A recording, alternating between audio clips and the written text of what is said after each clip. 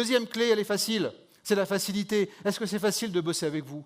Est-ce que c'est facile de prendre rendez-vous? Est-ce que c'est facile de faire réviser ma voiture? Est-ce que c'est facile de faire un essai? Est-ce que c'est facile, etc., etc. La facilité, ça devient un enjeu majeur dans le parcours client.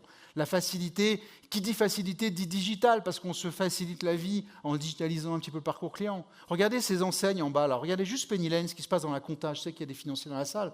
Ce qui se passe dans la compta, dans l'échelle de compta aujourd'hui, Sage et Cegid, archi-leaders en France, sont en train de se faire tailler des croupières par une start-up qui s'appelle Penny Lane, qui a fait 150 millions d'euros de chiffre d'affaires l'année dernière. Ils ont fait un logiciel qui n'est pas mieux que les autres, qui est juste plus simple. Je vais vous raconter un truc sur la simplicité. Je reviens encore à Booking. Dans mon hôtel, moi j'avais un hôtel et ma réception était au premier étage, donc j'avais une caméra pour voir ce qui se passait en bas. Les gens s'arrêtaient devant, regardaient les prix. Regardez le portable, et puis il montait à la réception, il disait bonjour, je viens de faire une réservation, oui, sur Booking. Et là, tu as envie de le tuer, enfin, c'est un client, donc tu fais gaffe quand même, hein. Mais tu as quand même envie de lui dire, mais t'es con, quoi. Enfin, je veux dire, tu aurais pu monter, on aurait discuté, moi je suis 15 € moins cher en direct que sur Booking, je suis moins cher directement, donc pourquoi vous n'êtes pas monté? Donc je lui explique Booking, la commission, je suis moins cher, etc. Et il me regarde, il me dit, oui, je sais, vous êtes moins cher, j'ai vu en bas, hein, mais c'est tellement plus simple via Booking. Les gens sont prêts à payer 15 € de plus parce que c'est plus simple. Est-ce que c'est simple de bosser avec vous? Est-ce que c'est simple de vous joindre? Est-ce que c'est simple d'avoir des factures? Est-ce que c'est simple de payer? Est-ce que c'est simple de prendre ça? Je sais que c'est compliqué l'atelier, je sais. Hein, moi, j'ai eu une voiture, j'ai pas de voiture. Je vous expliquerai pourquoi j'ai pas de voiture, parce que ça répond à mon problème.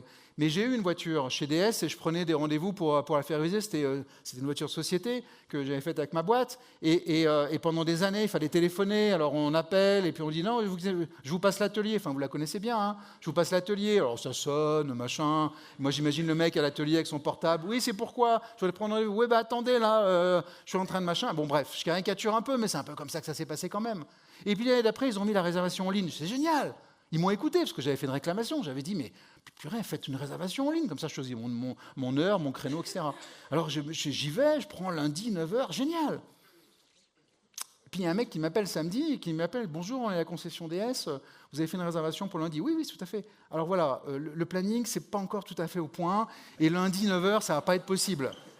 Et là, tu te dis, merde, ça marche toujours pas. Donc, est-ce que c'est facile de réserver la révision chez vous? Si c'est fluide et facile, j'ai rien à vous apprendre et ça va marcher. Soyez facile, et je vais rajouter, soyez rapide, l'immédiateté est un dû, je vous l'ai déjà dit. Donc la facilité, c'est la deuxième clé. Alors, on ne va pas se mentir, hein, faciliter la vie de vos clients si vous la compliquez vous. Hein. Vous allez vous compliquer la vie pour la rendre facile pour vos clients. Il n'y a pas d'effort facile, hein. C'est-à-dire que la facilité, ça a un coût, ça se paye, c'est complexe et c'est à vous de le gérer, bien sûr. Donc ce sont des efforts, évidemment, qui coûtent en matière humaine, en chiffres, etc. Regardez juste ce qui se passe sur le choix. Quand j'ai préparé cette intervention avec Chloé et puis Nicolas, ils m'ont dit, mais vous savez, en ce moment, dans le VU, le VP, c'est le VP chez vous, dans le VP, il y a un problème de choix. Les gens ont trop de choix. On parle des marques chinoises, on parle de tout ça. Et le choix, c'est mentalement extrêmement fatigant, c'est extrêmement compliqué. On s'est tous engueulés avec son conjoint pour choisir une série sur Netflix, non? Vous ne l'avez pas fait, ça? On passe plus de temps à choisir la série qu'à essayer de la voir. Et généralement, on est très déçus, donc on s'engueule et on va se coucher. Enfin bref, vous voyez bien que le choix s'appelle le FOMO. Ça a été identifié par des psychologues, hein, ça vous est arrivé aussi. Ce choix devient insupportable, devient dérangeant. Et donc, le choix des voitures, c'est extrêmement dérangeant. Donc, rendez les choses simples. Et le monde va tellement mal, c'est tellement compliqué aujourd'hui d'écouter la radio, la télé, sur tout ce qui se passe, que notre cerveau d'animal humain se replie dans la simplicité. 67% des gens disent « je veux des choses simples, je veux consommer simple, je veux que ce soit facile avec ma relation ». Je vous jure que c'est vrai, j'ai failli le mettre dans la présentation, mais elle était déjà là-haut. J'ai reçu un mail hier, un SMS de ma banquière. Je suis en train de refinancer le prêt étudiant de ma fille. Il reste 33 000 balles à refinancer. Je vous jure que c'est vrai. Elle m'envoie un SMS, elle me dit « Monsieur Gauthier, j'ai une bonne nouvelle. Votre prêt est accepté, je viens de vous envoyer le contrat. Il y a 96 pages. » 96 pages. Je vous jure que c'est vrai, j'ai le SMS sur mon portable. Mais comment voulez-vous que les choses soient simples? 96 pages, que je dois imprimer, que je dois signer, que je dois renvoyer par courrier. C'est pas possible. Les gens veulent la simplicité. Donc soyez simples pour vos clients, apportez-leur cette simplicité. La recommandation client, ce n'est pas un gadget. L'enchantement client, ce n'est pas un gadget. C'est ma conviction, vous avez le droit de ne pas la partager. on a prouvé que l'enchantement client et l'enchantement collaborateur, c'est de la rentabilité. On a bien vu que vous avez des engagements de rentabilité. Vous êtes dans un métier où il y a beaucoup de chiffre d'affaires et il y a peu de marge. On ne va pas se mentir, c'est compliqué de faire du profit. Donc aujourd'hui, la rentabilité, c'est un enjeu. C'est un enjeu et nous, on a prouvé que l'enchantement client, ça rapportait. C'est-à-dire que c'est plus juste se faire plaisir, c'est faire plus de chiffre d'affaires et faire plus de rentabilité ou plus de chiffre d'affaires rentable. Regardez ce qu'on a fait dans l'hôtellerie. On a constaté que sur un échantillon de 5000 hôtels, ça, il y a 15 ans, hein, on sait maintenant de façon scientifique que quand j'augmente de 1% ma note Google, 1%, j'augmente de 1,42 ma rentabilité. 1%, 1,42. Ben oui, un hôtel qui est mieux noté vend plus et plus cher. Vous avez tous fait l'expérience. Si vous allez à Paris et que vous avez place de Clichy 2-4 étoiles que vous vouliez réserver pour passer un week-end, il y en a un qui est à 6,9 sur Booking, l'autre à 8,9 sur Booking, mais celui qui est à 8,9, il est 50 € plus cher. Eh bien, 81% des clients vont choisir celui qui est plus cher, alors que c'est le même hôtel, même 4 étoiles, etc., mais il y en a un qui est mieux noté. La note va légitimer votre prix moyen. Mieux vous êtes noté, plus vous allez vendre cher. Le problème, ce n'est pas de savoir si le client va l'accepter. Le client, c'est qu'il va vous allez légitimer votre prix parce que vous êtes mieux noté. Donc votre note Google est fondamentale, et vous savez en plus que les constructeurs vous mettent une pression de dingue. Peut-être pas de la bonne façon, mais ça on pourra en parler, mais parce qu'ils savent que c'est important et ils savent que c'est lié évidemment à la rentabilité et la capacité à choisir. Alors qu'est-ce qui se passe chez le groupe Bernard ? Ce qui se passe déjà, c'est que vous avez des concurrents. Vous avez plein de métiers, hein. Vous avez de la réparation, vous avez de la vente, du VU, du VO, du VN, du VI, etc. Tous vos concurrents, ils sont là. Moi, j'ai le choix. Je suis désolé, mais j'ai le choix de ne pas venir chez vous. J'ai le choix d'aller ailleurs. J'ai le choix de choisir des marques chinoises qui sont en train d'envahir. Et tout ce qui s'est dit sur la Chine est extrêmement vrai. La consommation chinoise, depuis 30 ans, elle fait ça. La production fait ça. Le directeur de la BPI nous dit à corps et à cri, je travaille pour la BPI, et on a une conférence du directeur de la BPI qui nous dit c'est un raz-de-marée. Les produits à moins 50% d'une technologie imbattable vont arriver sur le marché européen si on ne fait rien. C'est pour ça qu'il fait le tour du plateau télé pour dire cadenon sont tout. Il n'est pas sorti de l'auberge. Bref, j'ai le choix. Ensuite, j'ai les clients qui disent que vous êtes des stars, et ça, c'est génial. Vous y arrivez, bravo. Félicitations à vous et vos équipes. Vous arrivez à faire en sorte que des gens sortent de la concession en disant c'est génial, je recommande cette concession. Et on a vu tout à l'heure les commentaires clients. Moi, je fais 30 km de plus pour venir chez vous. J'en ai une à 10 km de chez moi. Vous avez réussi ça. Vous avez réussi à fidéliser, vous avez réussi à enchanter. Malheureusement, vous avez réussi aussi à les mettre un peu colère. Et finalement, à ce qu'ils vous traitent de truffes et qu'ils ne vous recommandent pas du tout. Parce que vous savez pourquoi ? Parce que le livrable ne suffit pas. Le fait que j'ai vendu la voiture en temps en heure ou que je l'ai réparée en temps en heure, ça ne suffit pas. Ça, c'est de la satisfaction, mais la satisfaction, ce n'est pas ce dont on parle. La satisfaction, c'est votre job. C'est votre job à tous les matins, vous et vos équipes, vous vous levez le matin pour satisfaire vos clients. Je ne parle pas de ça. Je parle de l'enchantement. Je parle de ce supplément d'âme qui fait que les gens diront de vous « Waouh, c'est extraordinaire d'aller bosser avec eux ». C'est ça qu'il va falloir provoquer. Donc déjà, si vous résolvez leurs problèmes, si vous simplifiez les process avec eux, vous avez déjà 2 pas dans l'enchantement. Et puis le 3e pas, je vais vous le montrer. Mais avant tout ça, je voulais vous dire une chose, parce que j'étais patron de réseau et je ne peux pas m'empêcher de vous le dire. C'est que vous êtes un réseau. Alors, vous avez des marques différentes, etc., mais vous faites partie du groupe Bernard. Et ce réseau-là, il doit être solidaire dans l'enchantement client, dans la satisfaction client. J'ai toujours l'habitude de dire au réseau que j'ai dirigé que la force d'un réseau se mesure à la résistance de son maillon le plus faible. Donc ne soyez pas le maillon faible, vous. Quelqu'un d'entre vous, ne soyez pas le maillon faible. Comme tout à l'heure, j'ai adoré la présentation du virus. Là, il y avait 59 maillons faibles. Donc ne soyez pas le maillon faible. Et ça veut dire que la consistance de vos concessions, la note Google doit être la plus élevée possible partout, tout le temps. S'il y en a un qui déconne, c'est toute la marque qui déconne. S'il y en a un qui déconne, c'est tout le groupe qui déconne. Et donc vos clients, ils vont évidemment dire « Non mais le groupe Bernard, c'est nul ». Alors que c'est une concession et évidemment, ça ne reflète pas la qualité de ce que vous faites. Alors, c'est aussi important de se dire que c'est l'affaire de tous. Je vais vous montrer comment on fait de la culture client, mais on voit bien que l'enchantement client, ce n'est pas juste le commercial, ce n'est pas juste le marketing, ce n'est pas juste les concessions, c'est tout le monde. C'est la comptabilité, c'est l'informatique, c'est la supply chain, c'est les achats, etc., etc. C'est l'affaire de tout le monde. On est tous au service du client. Le meilleur des supports clients, c'est qu'il n'y en a pas, parce que vous êtes tous au support du client. Il n'y a pas de support client. C'est vous tous qui êtes convaincus que c'est ça qu'il faut faire, et c'est là où il faut passer du temps. Alors la 3e clé, c'est la plus importante, c'est la plus complexe, mais c'est la plus efficace. La 3e clé, elle vient d'un malentendu entre la promesse que vous faites à vos clients, on a parlé de promesse tout à l'heure, et ce que vous délivrez. Je vais vous donner une petite image pour illustrer ce que j'essaie de vous dire. Si vous êtes un fabricant de mobiles pour enfants, vous trouvez votre produit génial, mais votre client, il voit le derrière des peluches pendant 6 mois. Il y a un léger décalage entre ce que le marketing dit et ce que le client voit. Alors ça vous fait marrer, mais et tant mieux. Mais c'est ce que vivent vos clients, mesdames, messieurs. C'est-à-dire que vous leur promettez beaucoup de choses. Mais qu'est-ce que vous délivrez? Ou qu'est-ce qu'ils perçoivent de ce que vous délivrez? Ce qui se passe dans la tête de nos clients aujourd'hui, c'est 4 expériences. Le client, il va vivre 4 expériences avec vous. La première, c'est l'expérience que vous voulez qu'il vive, c'est l'expérience voulue. Ça, c'est votre marketing, votre site internet, votre publicité, etc. Vous voulez que le client vive ça. L'expérience attendue, c'est qu'est-ce qu'attend le client de ce que... Qu'est-ce qui va se passer si je viens dans une de vos concessions? Donc l'expérience attendue, c'est ce qu'attend le client. Malheureusement, les attentes du client, on croit les connaître, mais on ne les connaît pas si bien que ça. Et puis ensuite, il y a l'expérience proposée. Là, vous êtes bon. Vous êtes des bons pros, donc vous délivrez, vous réparez, vous entretenez, vous vendez, etc. Vous reconditionnez les véhicules. Vous êtes des bons techniciens, vous êtes des bons professionnels de l'automobile. L'expérience délivrée, proposée, normalement, ça se passe bien. Mais des fois, il y a des petits décalages entre ce que je propose et ce que j'ai promis. Et enfin, l'expérience vécue. Là, on est un peu plus dans le flou. L'expérience vécue, c'est ça y est, c'est le moment de vérité. Ça y est, j'appelle. Je prends rendez-vous pour ma révision. Ça y est, j'appelle, je prends rendez-vous pour aller voir une voiture neuve ou pour essayer une voiture.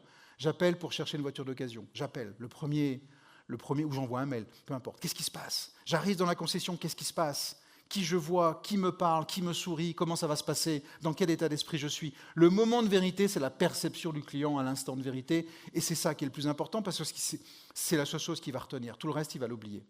Et pour ça, on peut se dire que dans les boîtes, moi, que je fréquente depuis 10 ans, on est souvent incomplet sur l'expérience voulue parce qu'on est très auto-centré. Moi, regardez comme je suis beau, mes voitures sont belles, etc. C'est OK, c'est du marketing, c'est normal, mais ça ne suffit pas. On est souvent un peu dans le brouillard sur les attentes. On est souvent obsédé par le delivery. Vous avez des process, des KPI, des processus pour délivrer, tac, tac, en temps et en heure pour que ça marche bien.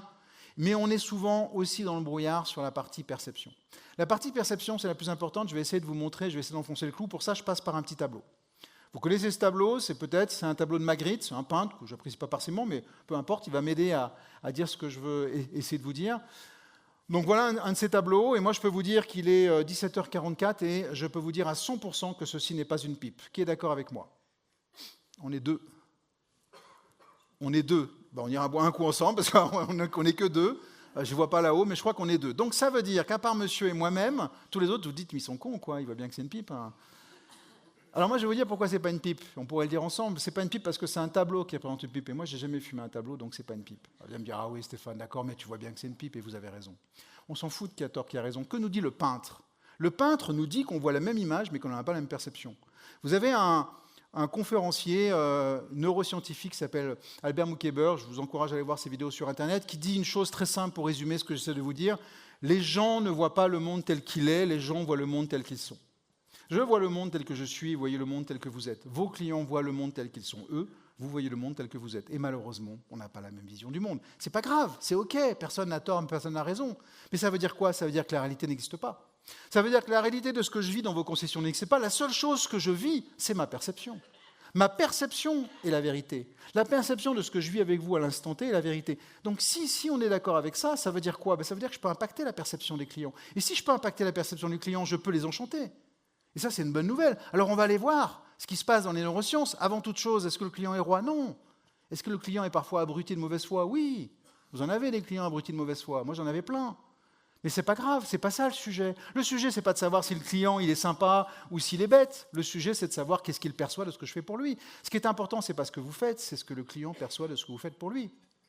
Le client n'est pas roi, mais sa perception est toujours vraie. Le client n'a pas toujours raison, mais sa perception est toujours vraie. Dites ça à vos équipes, c'est ultra puissant. On s'en est servi dans l'hôtellerie, ça marche très bien. Parce que dans l'hôtellerie, que vous disent les réceptionnistes? Ouais, mais vous comprenez pas, lui, il est de mauvaise foi, et puis en plus, il est un peu con, puis il m'a mal parlé, etc. C'est pas le sujet.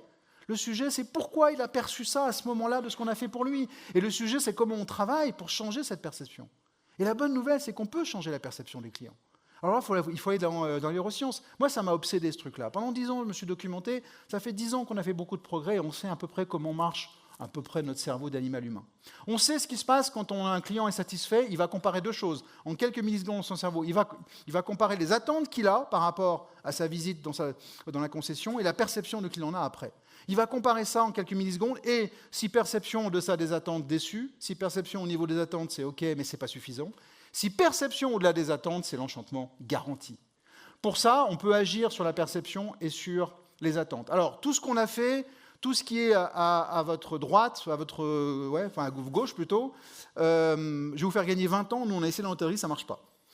On a cru qu'il fallait personnaliser l'offre et donc on est allé au-devant des besoins et des attentes des clients. Malheureusement, les attentes des clients changent tout le temps. Les gens qui aiment l'eau gazeuse et qu'on met de l'eau gazeuse dans leur chambre, au bout de 6 mois, ils n'aiment plus l'eau gazeuse. Donc c'est impossible de les suivre. On a fait un CRM mondial pour traquer tous nos clients avec leur personnalité. Ça a marché dans le meilleur des cas, c'était OK, mais ça n'a jamais créé l'effet waouh. La deuxième chose, c'est les croyances. On voulait se battre contre les croyances de clients, comme les croyances de vos clients. Hein. Moi, je crois que faire réviser sa voiture dans la concession, c'est plus cher. Donc je vais chez Norauto. C'est moins cher. Je crois ça. Mais durement, je crois. Mais c'est une connerie. Mais c'est mes croyances. Donc vous allez me prouver que c'est pas vrai, qu'en fait il y a plein de choses, il y a la garantie constructeur, machin, etc. Mais moi je crois que c'est plus cher d'aller... Alors vous pouvez vous battre contre ces croyances, mais c'est peine perdue, parce que vous n'êtes pas tout seul, et il y a plein de gens qui vont essayer de se battre. Les gens croient que dans un 5 étoiles, il y a un voiturier et un bagagiste. C'est faux.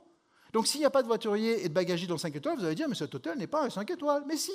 Mais je ne vais pas vous prouver par la nomenclature que c'est un 5 étoiles. C'est mort. Ça ne marche pas.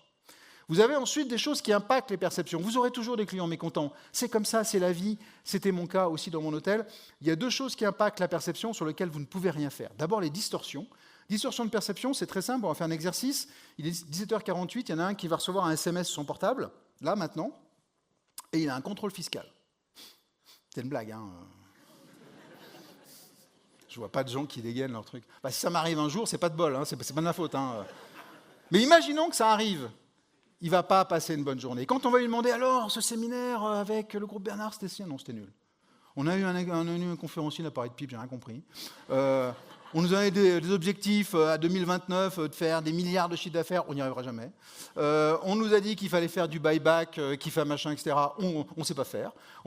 C'est pas possible, on y arrivera. Bref, il va passer de mauvaises journées, pas parce qu'on a été mauvais, mais parce qu'il a un contrôle fiscal. Les gens viennent vous voir, leur femme les a quittés, le chat est mort, ils ont un accident de bagnole, pas les trois en même temps, mais bon, peu importe.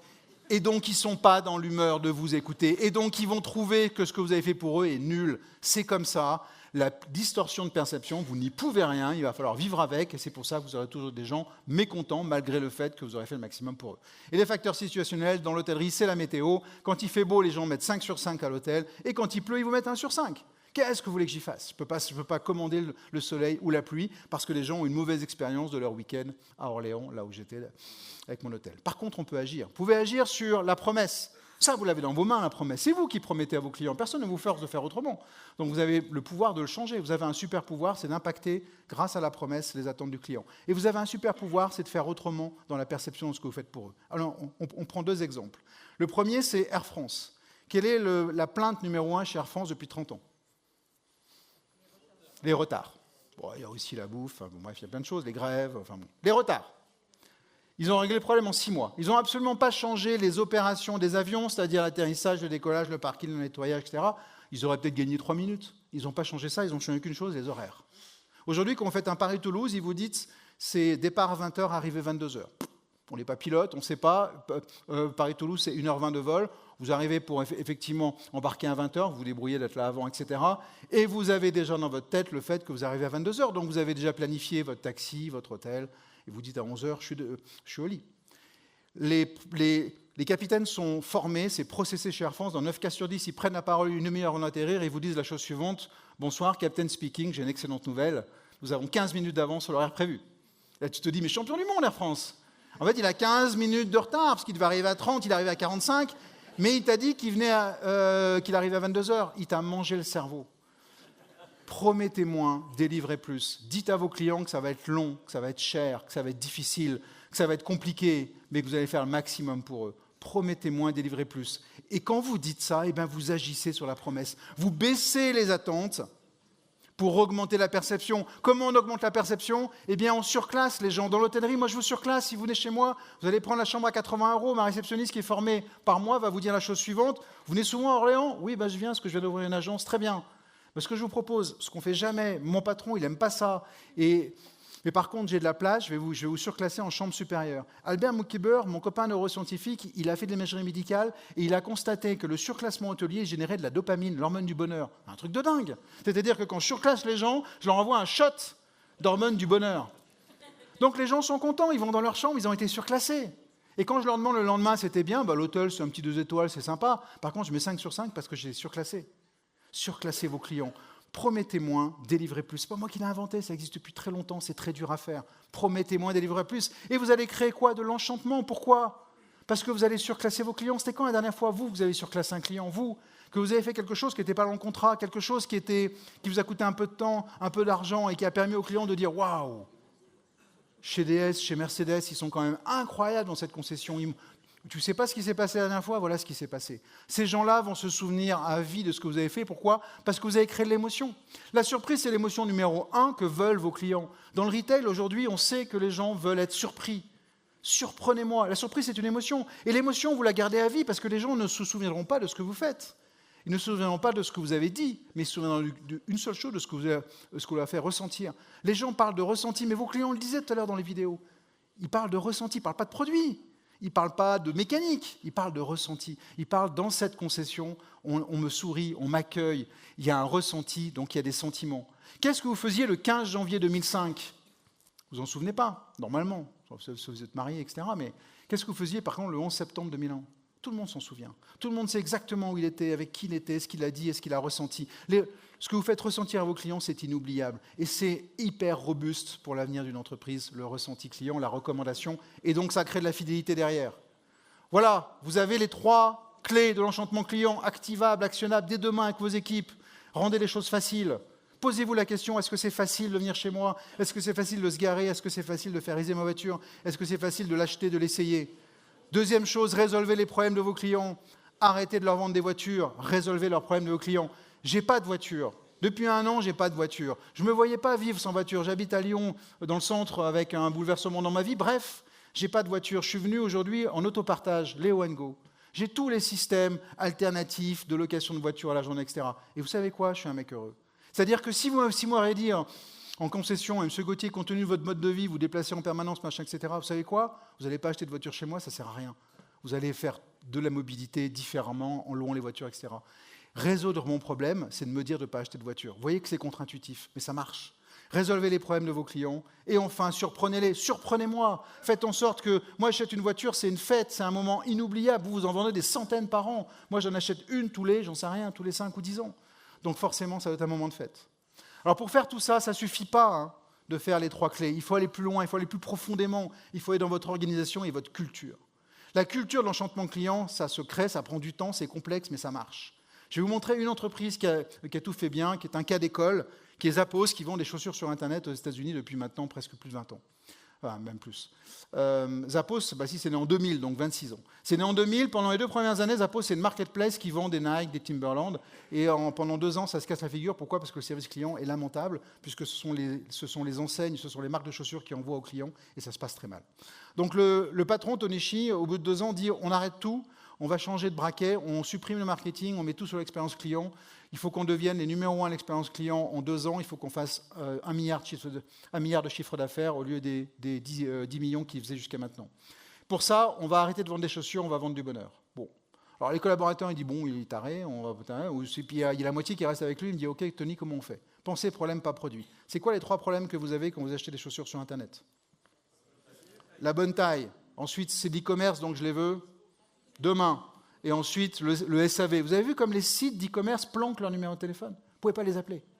Alors vous avez les FAQ, les Frequent Asked Questions, donc des questions connes, des réponses idiotes, des réponses idiotes. Bon, pardon pour ceux qui font les FAQ chez vous, mais les FAQ, ça ne sert pas à grand-chose, on ne va pas se mentir. Hein, personne ne voit les FAQ, faites-le, c'est sympa, mais voilà, on n'y va pas en fait. Mais enfin, en tout cas, moi, j'y vais pas. Et après, il y a des bots. Alors, il y a l'IA, il y a des bots. Alors, c'est mieux, c'est conversationnel. Mais à un moment donné, le bot, il dit, je vais te passer un humain parce que là, je suis perdu. Donc, on revient à un humain et puis en fait, on attend, ça marche pas. Puis après, il y a un numéro de téléphone et puis on attend des plans. Enfin, bref, ça fonctionne pas. Donc, le SAV devient un enjeu. Chez Zappos, en 2 ans, qu'est-ce qu'il a fait? Il a livré, il a raccourci le délai de livraison en 48 heures. Donc, vous commandez vos chaussures, vous avez 2 jours après, vous les avez. Mais comme il fait promettre moins, délivrer plus, dans 90% des cas, vous commandez une paire de chaussures à minuit heure de New York et vous le lendemain matin à 8 heures devant votre porte. Et vous faites waouh, Zappos. C'est-à-dire qu'il a réduit le délai de 48 à 24 heures dans 90% des cas. La deuxième chose, c'est la politique de retour. En France, la loi fait que vous avez 15 jours pour reprendre les chaussures. Zappos a décidé que c'était 365 jours. Il a décidé que vous pouvez porter vos chaussures pendant 6 mois, les remettre dans la boîte d'origine, les renvoyer chez Zappos et on vous les rembourse ou en échange gratuitement. Alors là, vous allez me dire, non mais ça ne marche pas votre truc Stéphane, il va se faire bouffer quoi. Alors oui, il a 10% d'escrocs, ou peut-être des Français, j'en sais rien, mais 10%, parce que ça vous a tous traversé la tête quand même, hein. Vous êtes dit, pas con son truc, Zappos, il a dit... bon, ça ne marche pas en France. Mais 10% qui, effectivement, truandent le truc et fait en sorte qu'il ait des chaussures gratuites toute la vie. Bon, peu importe. Mais 90% de gens font « Waouh, c'est génial, Zappos ». Parce qu'au bout de 6 mois, je ne mettais plus ces chaussures, elles sont à peine usées, je vais les remettre dans la bonne origine, je vais me les faire échanger, etc. Donc, en fait, il base sur les 90%, pas sur les 10%. Et ensuite, le service après-vente, il a décidé d'internaliser donc un centre d'appel 24/7. Évidemment, c'est normal, c'est un grand pays, il y a des time zones différentes. Et quand les gens décrochent le téléphone en 3 sonneries maximum, et voilà ce qu'ils entendent. « Bonjour, mon nom est Stéphane. Je ne sais pas pourquoi vous m'appelez, mais je ne raccrocherai pas tant qu'on n'a pas résolu votre problème. » Imaginez la puissance de ça. Essayez chez Orange la prochaine fois. Hein, parce que... Bon, j'ai rien contre Orange, hein. Un jour j'ai travaillé pour eux, mais chez Orange, ils ne sont pas payés pour résoudre le problème, ils sont payés pour prendre l'appel d'après. Donc du coup, alors c'est OK, c'est un KPI, ça va, parce qu'il y a donc la queue. Mais eux ont décidé, et l'employé du mois, il a passé 10 heures au téléphone pour une paire de chaussures. Je ne sais pas pourquoi vous m'appelez, mais je ne raccrocherai pas. Le rêve, j'appelle une concession et me dit, je ne sais pas pourquoi vous appelez, mais je ne raccrocherai pas tant qu'on n'a pas résolu votre problème. Vous imaginez le truc ? C'est d'une puissance extraordinaire. Alors c'est compliqué à mettre en œuvre, hein, on ne va pas se mentir, hein, mais ça marche très bien. Comment il a fait ça ? Il a fait ça avec les hommes, il a fait ça avec les femmes, il a fait ça avec le people, le P de people. Il a fait ça avec ses collaborateurs. La culture expérience client, ça ne marche que si vous êtes tous dans le même bateau, que c'est une stratégie et que vous, les managers, vous êtes impliqués. On sait maintenant, la symétrie d'attention, ça marche. La symétrie d'attention, ça a été théorisé par l'Académie du service. Vous allez voir le site internet, c'est très simple. On est des animaux humains. Si on prend soin de nous, on prendra soin de l'autre. Si vous prenez soin de vos collaborateurs, ils prendront soin de vos clients. Ça marche, on le sait, c'est prouvé scientifiquement. Notre cerveau fonctionne comme ça. Quand vous êtes dans le métro à Paris et que vous tenez la porte quand vous sortez, qu'est-ce qu'il fait la personne derrière vous ? Alors, il ne dit pas merci, on a Paris, hein. Mais il tient la porte. Alors moi qui suis un peu bizarre, dans le métro, je m'amuse et je tiens la porte, mais en fait, il n'y a personne derrière. Donc j'attends. Et les gens, ils courent. Ouais, merci, c'est super sympa. Et en fait, je regarde ce qu'il fait derrière, je le regarde, je l'observe, et en fait, qu'est-ce qu'il fait ? Il tient la porte et il attend. Symétrie des attentions. On est câblés comme ça, c'est inconscient. Nous sommes des animaux humains, et notre réflexe, c'est quand on prend soin de nous, on prend soin des autres. Prenez soin de vos collaborateurs et prenez soin de vos clients. On est chez Zappos, alors là, on est en Californie, c'est la cantine gratuite, c'est le parking, c'est bon, peu importe. Mais c'est pas juste de prendre soin avec du salaire ou avec autre chose, c'est aussi de prendre soin dans l'autonomie que vous allez laisser à vos collaborateurs, dans la responsabilisation qu'ils vont avoir pour traiter les clients, etc., etc. Tout ce qui va se passer, ça concerne votre parcours client. Votre parcours client, vous l'avez. Moi, je vous ai fait un truc bateau, mais vous avez plein de parcours clients parce que vous avez plein d'entrées, plein de canaux différents, et le marketing travaille là-dessus. De l'intention, j'ai l'intention d'acheter un véhicule, j'ai l'intention de louer un véhicule, jusqu'au service après-vente. Là, il va se passer des tas de trucs. Et là, vous êtes tous, évidemment, acteurs de ce qui va se passer. Il y a l'accueil. Si je ne peux pas vous joindre, c'est mal barré. Si je vous envoie un mail, vous me répondez au bout de 2 semaines, c'est mal barré. Bref, votre site internet, est-ce qu'il est rapide ? Est-ce qu'il est ergonomiquement bien, etc., etc. L'accueil physique, quand je viens chez vous, est-ce que vous m'offrez un café ? Est-ce que vous me faites attendre ? Est-ce que je peux me connecter au Wi-Fi ? Alors j'ai vu que oui, de façon sécurisée. La commande, combien de temps ça va me prendre ? Si je commande une voiture, je l'ai dans 6 mois, bof, l'effet il est bof. La livraison, la location, comment ça va se passer ? L'entretien, évidemment, le service après-vente. Vous connaissez ça par cœur, évidemment, c'est plus complexe que ça. Mais ce que je vous demande de faire, si vous le voulez, c'est d'aller rechercher tous les irritants, tous les petits grains de sable, tous les petits cailloux dans la chaussure qui sont chez vos clients. Pas chez vous, chez vos clients. Dans l'attente, dans la façon de faire, au niveau de l'accueil, au niveau de la livraison, etc. Et d'essayer, avec les 3 clés que je vous ai données, de les résoudre, de faire en sorte que le parcours soit plus simple, résolve les problèmes des clients et peut-être même créer de la surprise pour créer de l'enchantement. Parce que vous êtes comme moi, vous vendez ce qui est en bas. Hein. On fait le même métier, moi je suis hôtelier, vous êtes concessionnaire, c'est pareil. En fait, ce qu'attendent les gens de vous, c'est ça. Hein. Ils attendent de la réactivité, évidemment. Ils attendent de la compétence, parce qu'ils n'y connaissent rien en voiture. Hein. Ils font croire qu'ils y connaissent, mais ils n'y connaissent rien. De la simplicité, est-ce que c'est simple de louer, d'acheter, etc. La convivialité, vous devez être sympa, du service. De la responsabilité, quand ça ne marche pas, il faut vous excuser et il faut réparer. Vous êtes responsable de ce que vous faites. De la confiance, de la disponibilité, de la proximité. Les artisans, ils veulent savoir ce qu'ils vont faire des véhicules utilitaires que vous allez leur vendre. Évidemment, on est dans un monde où on ne peut pas, et vous l'avez souligné, se passer de l'éthique, de la transparence, de la RSE, de l'engagement. Qu'est-ce que vous faites pour la planète, vous, mesdames, messieurs ? Et l'électrification du parc, évidemment, correspond à ça. Pour terminer, J'ai cherché une enseigne, une marque mondiale, connue pour symboliser ce que je suis en train de vous dire. Et j'ai trouvé Harley-Davidson. Alors, Harley-Davidson, c'est une marque mythique, évidemment, qui a eu des hauts débats d'ailleurs, hein, mais qui marche plutôt bien maintenant. Et puis quand j'ai cherché un logo, j'ai vu qu'il y avait un paquet de grands malades sur cette terre qui se tatouaient le logo sur le bras, quoi. Enfin, pas que sur le bras d'ailleurs. Hein. Et donc les gens sont assez fous pour se tatouer à vie le logo d'une marque. Mais qu'est-ce qui peut bien faire ça, quoi ? Qu'est-ce qui peut bien provoquer ça chez les gens ? Et en fait, quand on réfléchit un petit peu, Harley-Davidson, c'est une marque qui a tué le marketing et qui a fait en sorte que les clients fassent le marketing à sa place. Chez Harley-Davidson, il n'y a pas de publicité, il n'y a pas de porte ouverte, il n'y a pas de solde, il n'y a pas de CRM, il n'y a pas d'emailing, il y a des communautés de bikers qui parlent à des prospects. Quand vous voulez acheter une moto et vous parlez à un propriétaire de Harley, vous lui demandez « je prends quoi comme moto japonaise, etc. » Il dit « non, mais en fait, tu n'as rien compris à la vie, Harley, ce n'est pas de moto, c'est un art de vivre. » Et donc ces gens-là sont les meilleurs commerciaux et les meilleurs marketeurs de la marque. Harley a réussi quelque chose que je vous souhaite évidemment, c'est de faire en sorte que vos clients fassent le marketing à votre place. Et mesdames, messieurs, le jour où vos clients se tatoueront votre logo sur le bras, vous aurez atteint le Graal du marketing et là, vous n'allez pas disparaître, vous êtes là pour les 150 prochaines années. Merci pour votre attention.